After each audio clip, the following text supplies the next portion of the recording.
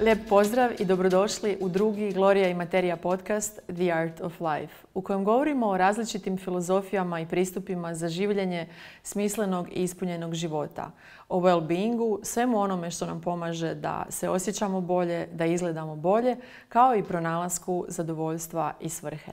A sada ću se prebaciti na engleski jer je naša današnja gošća US Ambassador to Croatia, Madam Nathalie Rayes. Madam Ambassador, thank you so much for being here. It's such an honor having you here today with us. Thank you, Maya. Thank you for having me here. It's my pleasure. Thank you. Ever since we first met at your residence a couple of months ago, and then we saw each other a few times afterwards, I immediately felt connected to you. You're warm, approachable, yet highly professional, and I think that's such a great combination. What I particularly like is that you seem to genuinely like what you do. You are very active, you're getting to know our people, our country, and it's such a beautiful thing to see. Well, yes, thank you, Maya, for the question. And indeed, I love what I do. And I think that it's, when you love what you do, people appreciate it, and it's magnetic. And I get a lot of energy from other people, and so I love to get to know Croatia, the people, the culture, the history, the tradition. And so I'm just taking it all in. And so I feel like I'm in the right place at the right time and enjoying every moment of it. That's great. You were also in Germany recently. You watched that game. I know. I was in Germany. That that was not too long ago. It's still a fresh wound. So the game was pretty spectacular till the end. Was this your first live game? This was my first Croatian live game, and I can tell you that the Croatians, the soccer team, the football team has the #1 fans. It was unbelievable to be in the streets of Leipzig with thousands and thousands of Croatians and walking all together from the fan area all the way to the stadium. It was a powerful movement of people. And such love for culture and love for Croatia and the national team. And so it was great. And I would recommend anybody to go and see a Croatian game because the fans are magnetic. The stadium was filled with mostly Croatians. I feel like 80% of the stadium were Croatians. And there's so many outside of the stadium.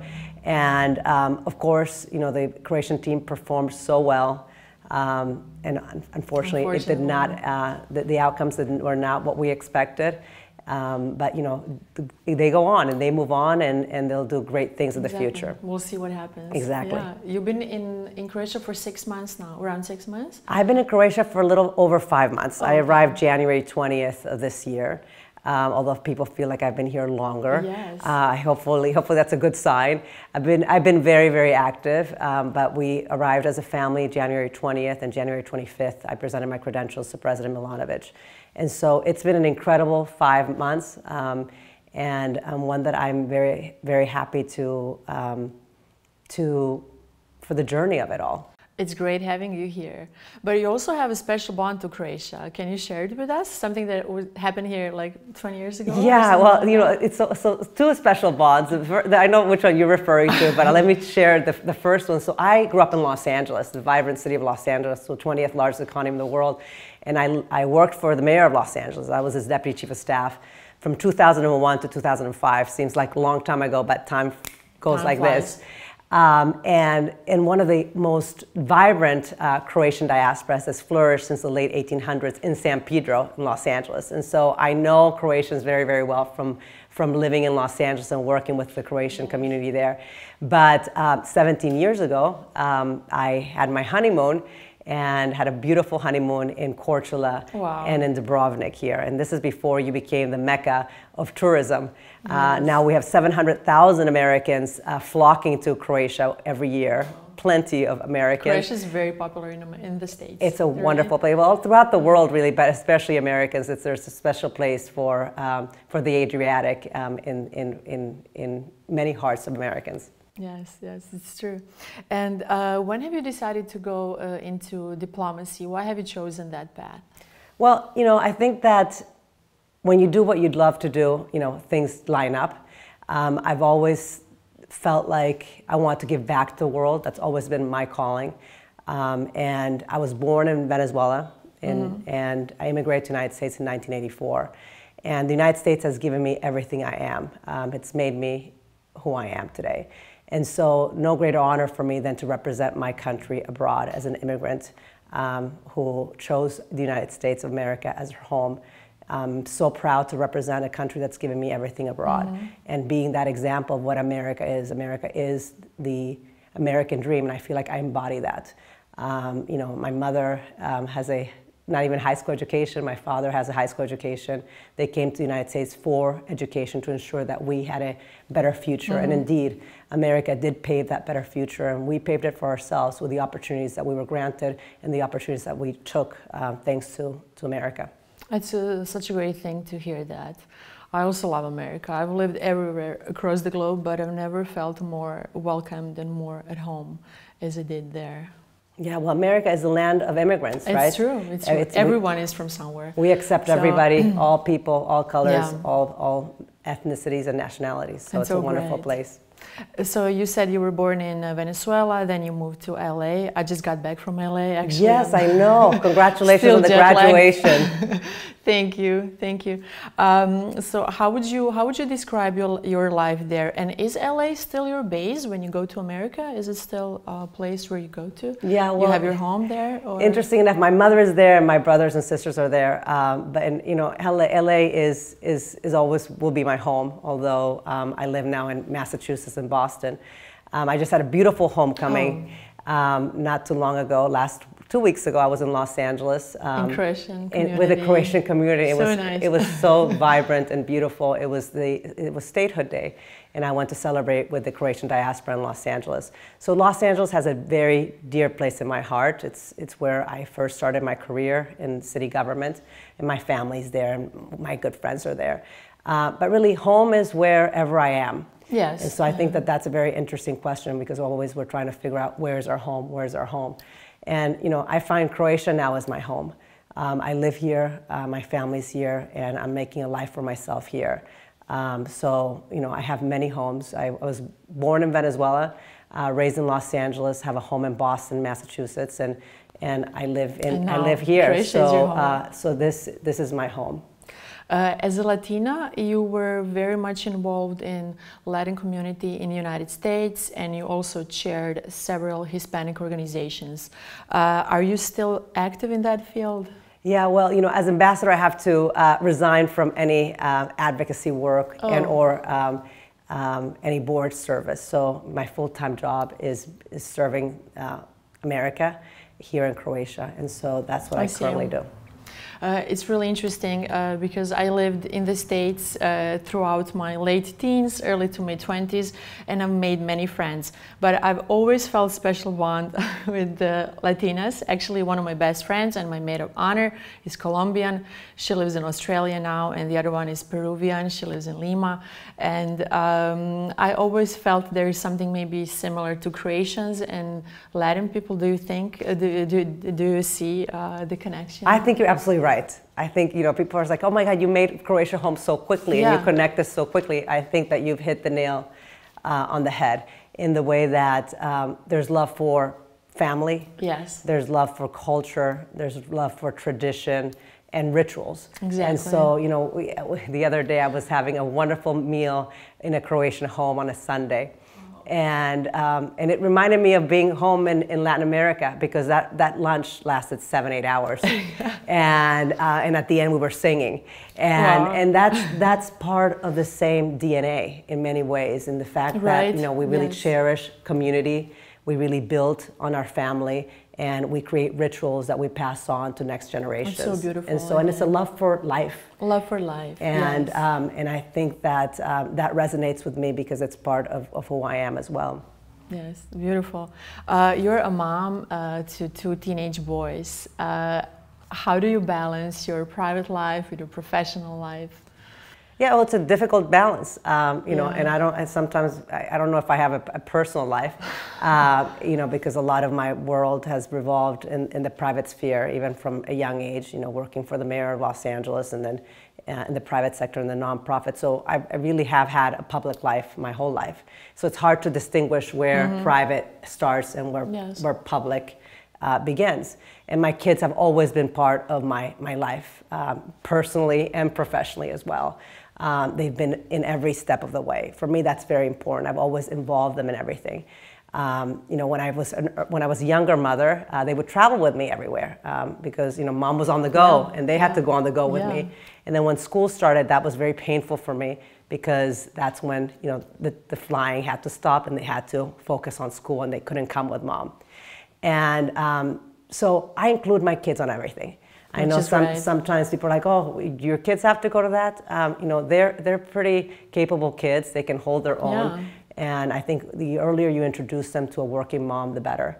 And so they've only known a working mom. Yeah. And I think that they're better boys for that. Exactly. I couldn't agree more. So we both have a 13-year-old son, and your other son. It's challenging, no? It's very challenging. I just wanted to ask you, how do you deal with this period? For me, I've just, you know, entered it and it's hard. It's difficult, you know. So I have, Julian is going to be 15, Alexander is going to be 13, and there's a lot of bickering in the household. And there's a lot of fighting in the household. And, you know, nothing is perfect. And so, you know, this idea of perfection and the kids... Just like life. Yeah, exactly. Perfect. So, you know, the kids are going to fight and the kids are going to beat each other up. And regardless of how much we try and ensure that they are, you know, kids that will not do that, they're going to be kids. They will. Yeah. And so, you know, I try and keep them active. I think it's very important to keep the family active. And so, and things to look forward to. And so, you know, they play basketball. They're good basketball players. They're playing tennis.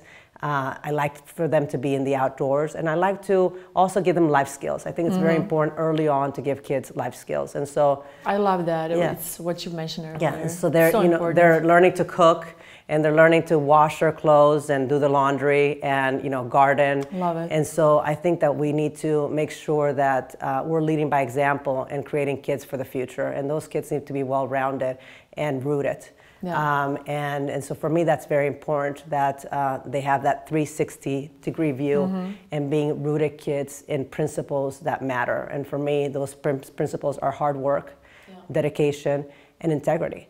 And so, so regardless if they're 0, they're 2, they're 3, they're 4, those are the principles that I want, that I've always inculcated in my children from day one.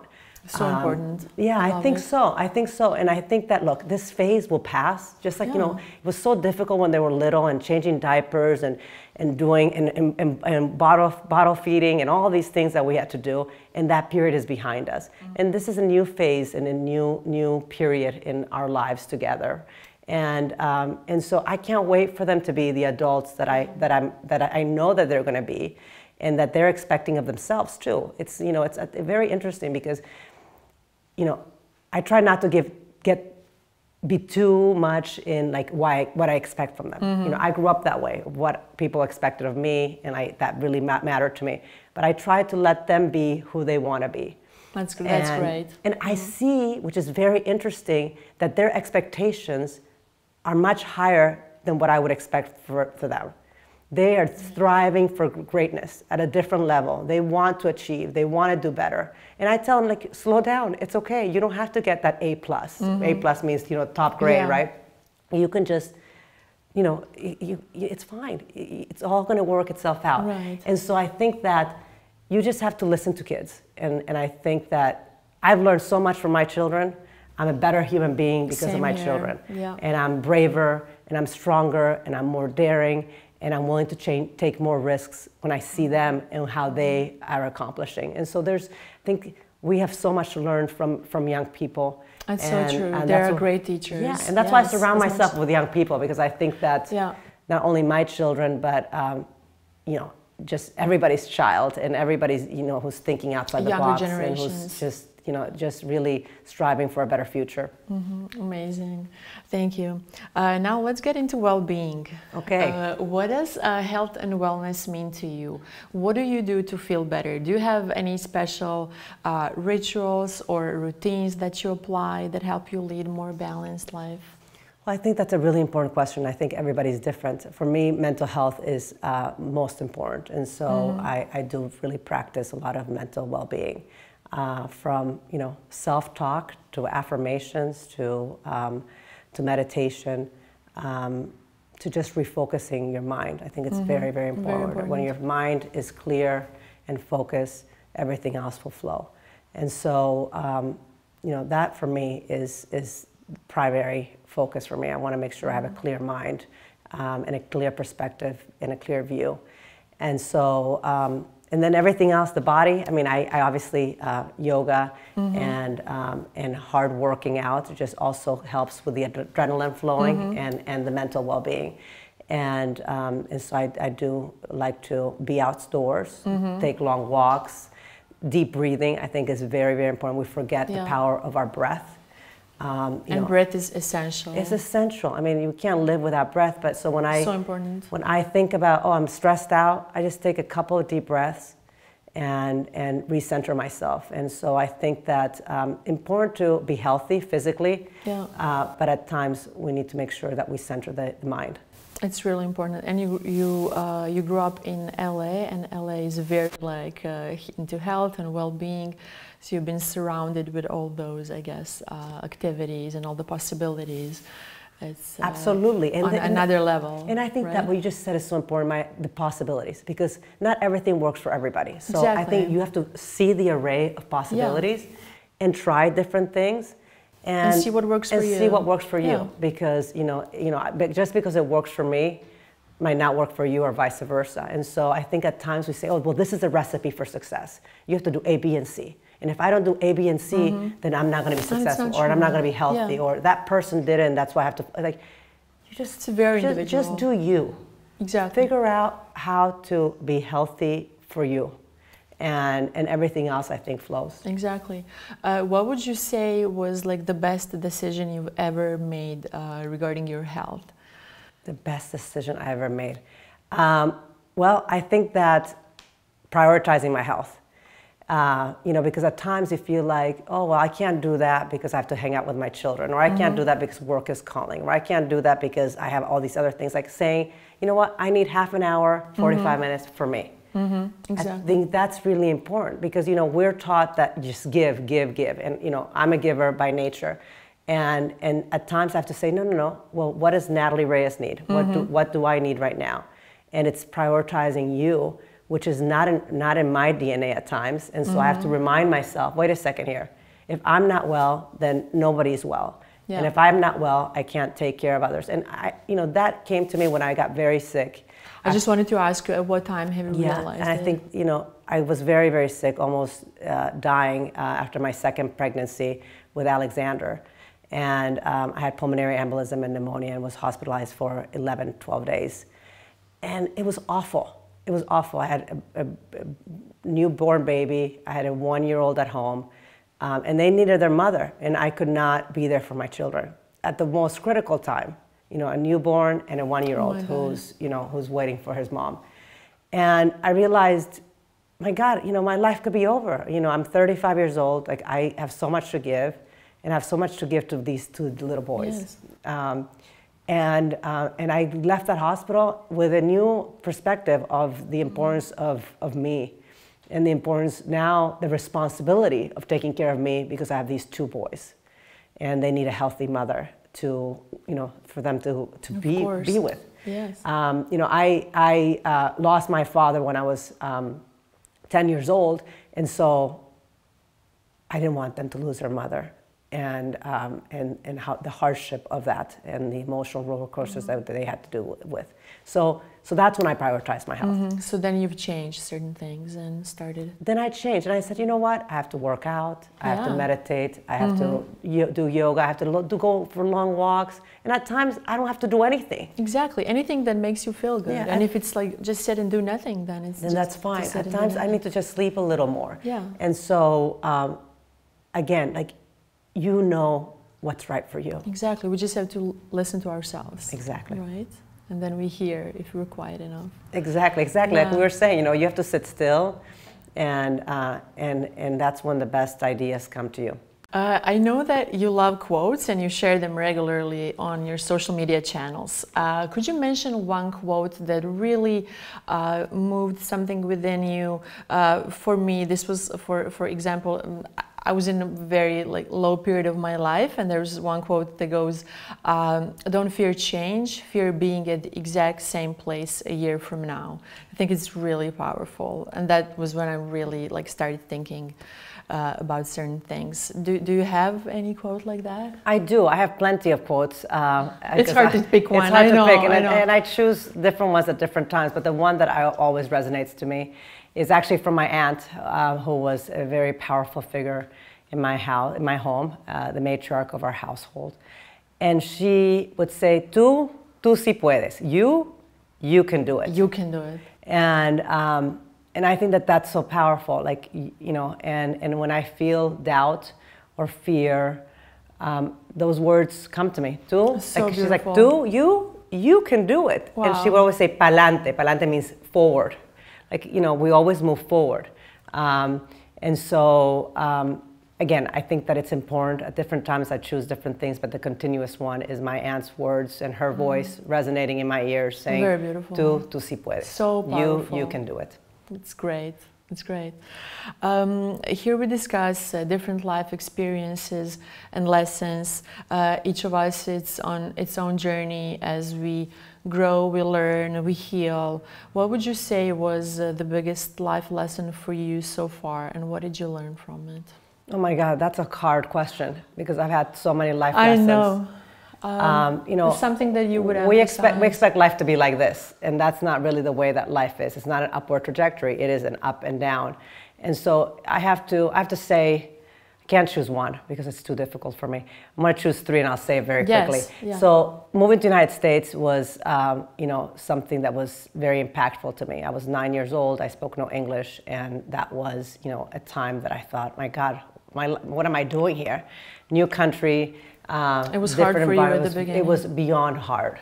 I went from a small little town in Anaco, Venezuela, to a large metropolis like Los Angeles, and it was a complete culture shock. Learning English in fifth grade, not the easiest thing, and kids are not the kindest. Yeah. So that was very difficult for me, but I made it through to the other side. I think I speak okay English now, and and a year later my father passed away, so that was also heartbreaking for me, and it's something that I carry with me every day. That memories is awful, and the grieving process is never ending, and so those two things were very, very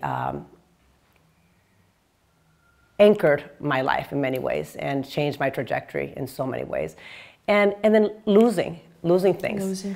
So I lost my father, I lost my hometown of Venezuela, and I lost a mayoral race. When I worked for the mayor of Los Angeles, I was his deputy chief of staff. I was the youngest deputy chief of staff in the history of Los Angeles. I was 26. It was a big job. Very young. I was very young, but as we were talking about, the opportunity was there. I met the opportunity. I didn't sleep probably for 4 years, but it was worth every moment of it. I can imagine. And we lost our re-election, and I was 30 when we lost, and I thought my life was over.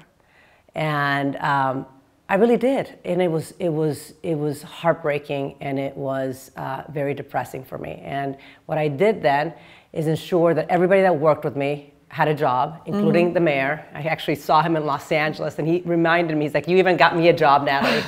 and I left Los Angeles because I was, and that's the other thing, that you have to do what's right for you. Most people said to me, "You know what, you're going to be seen as a has-been, that you can't find a job." I had plenty of job opportunities. Don't make a mistake about that. But I chose not to work. And so they're like, "Well, you were deputy chief of staff to being unemployed. What are people going to think about you?" I don't care what people think about me. I need to take care of me. You have your own way. Yeah, and so that was actually the best thing I did, because it opened up a totally new window for me. So I went from the government, working in the city of Los Angeles, to the private sector. I don't think I would have ever gone to the private sector if it wasn't the fact that we had lost our re-election. Sure. So in every loss, there is a gain of some sort, an opportunity that you have to seize. And so I want to just, long way to get to the answer, but I think it's hard for me to choose one particular point. There were several points in my trajectory that have gotten me to where I am and that have changed the course of my history. It's just important to keep moving and to go on. Exactly, right? Exactly right. No matter if you lose, but just keep on going. Exactly, and listen to your gut. Like, you know, your gut never fails you. That's so important. You know, forget about, there's a lot of noise in the world. A lot of people who, you know, but another thing is that listen to the other people. I think it's, you know, I love to get advice. It's free. I take it from everywhere. I think it's a wonderful thing because I don't know everything and I know what I don't know. Of course. And so I love to, if you have advice for me, give it to me. I might not take it, but I love to hear it and then figure out on my own how to move forward. Because nobody knows you better than you. Exactly right. Exactly right. We all have our hard times. Life is full of ups and downs, high and low, and many people still seek professional help in those situations, or they do. They use various self-help techniques. How do you cope in those times, and who do you turn to? Yeah, I think it's important that if you need help, that you seek professional advice and help. I think that that's important, and unfortunately, you know, or fortunately, I should say, more and more people are seeking help, and I think that that's very powerful. The power of realizing that you need help and seeking advice from professionals. I personally have a great network of friends and family that have been that network for me. You know, the going gets rough, and it gets rough for a lot of us, for all of us. For all of us, it's part of the life. It's part of it, and so you have to have the tools in your toolkit to be able to deal and manage with hard situations. And so, you know, at times I breathe, at times I take long walks, at times I call my friends. You know, and you know, at times I do affirmations. I do have an app that pops up every second, every 5 minutes. I love that. Of affirmations, of things to just keep me going for the day, and so that really helps me. Affirmations are so powerful. Yeah, and so you forget at times to do them, and so the app which is called I Am. I know my kids are gonna say, "My God, I Am Mom, is the best name." I am, and they pop up every 5 to 10 minutes, and they just remind me of where I am and where I want to be, and how to continue being healthy. I think I Am is so powerful because everything you say after I am determines your future in a way. I am this, I am that. It's like self-fulfilling prophecy. It's absolutely right. It really is. I think it's very powerful. The power of words and the power of the mind, like in connecting of self-talk. And self-talk, I think it's very, very important. It's crucial. So, absolutely. Yeah. Do you like to read? I do like to read. You know, I've been reading a lot about Croatia lately. And a lot of cable. So in my field of work now, diplomacy, we're always constantly writing things and sending things and reading things, and so and that's so wonderful because I think that that's how we continue. Like I've grown and learned so much in the last 5 months, which is incredible, because I think that that's so important to be able to learn every day and to grow every day. It's amazing. It's so important. And I think that you know you could be stuck in a job for many years and you're in cruise control, as we call it. That you know how to do it. You close your eyes and you press play and just go. And really, what's the point of that? Yeah. You know, I guess collecting a paycheck is important. You know, that's important. You want to get paid for what you do. But you know, if you can challenge yourself a little bit and be able to learn every day a little more, the potential is just exponential. It's unbelievable. I agree. Can you share with us your top 3 book recommendations? Oh my God, top 3. It's hard. I love The Power of Now. I love that book. Yeah, that's a good one. I love that book. The Alchemist, which I love very, very much. I think that's a very powerful book.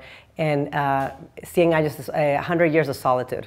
Oh my God, I love that book. And I was, one of my best friends that I've mentioned, the Colombian one, she gave me that book at the beginning of 2000s. So those are really good books. Those are really good books because he's Colombian as well. He's Colombian, Gabriel of course. Garcia Marquez. Yeah. Well, so beautiful. Brilliant writer. So beautiful. Oh. What would you say is the greatest luxury in your life? The greatest luxury, spending time with my children.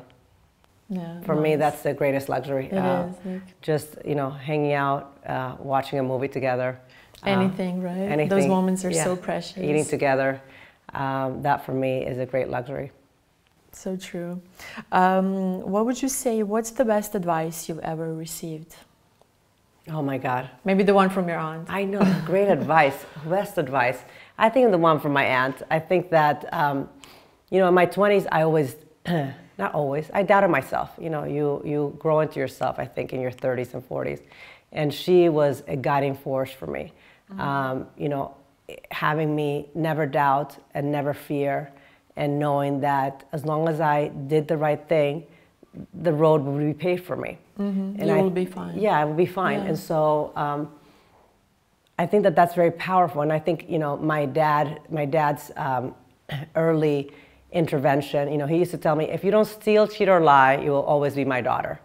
But if you steal, cheat, or lie, he would disown me. And there was like no question about it that he would disown me.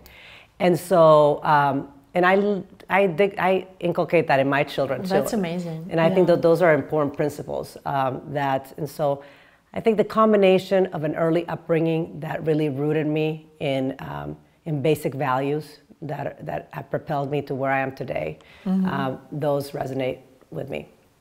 Really nice. And the last question, and I know you like to end conversations with this one, is what brings you joy? Oh my God, what brings me joy? Sitting here with you brings me joy. Everything that I do, really, I find joy in everything I do. As I tell my children, I say, if you're not happy and if you're uncomfortable, there's something wrong, change it. So I find joy in every experience. And if you don't find joy in every experience, change it. Change it. Do something different. Yeah. And so if you're uncomfortable, change it. And if you're not finding joy, change it. So I live my life in the light and in joy. It's so important because joy should be the purpose of our lives. Exactly right. Yeah, thank you. Thank you very much. So nice having you here. This was a great conversation. Thank you for having me. Thank you, and I really look forward to our future endeavors. I know, I can't wait. Me too. Thank you. Thank you. Hvala i vama i vidimo se sljedeći mjesec. Lijep pozdrav.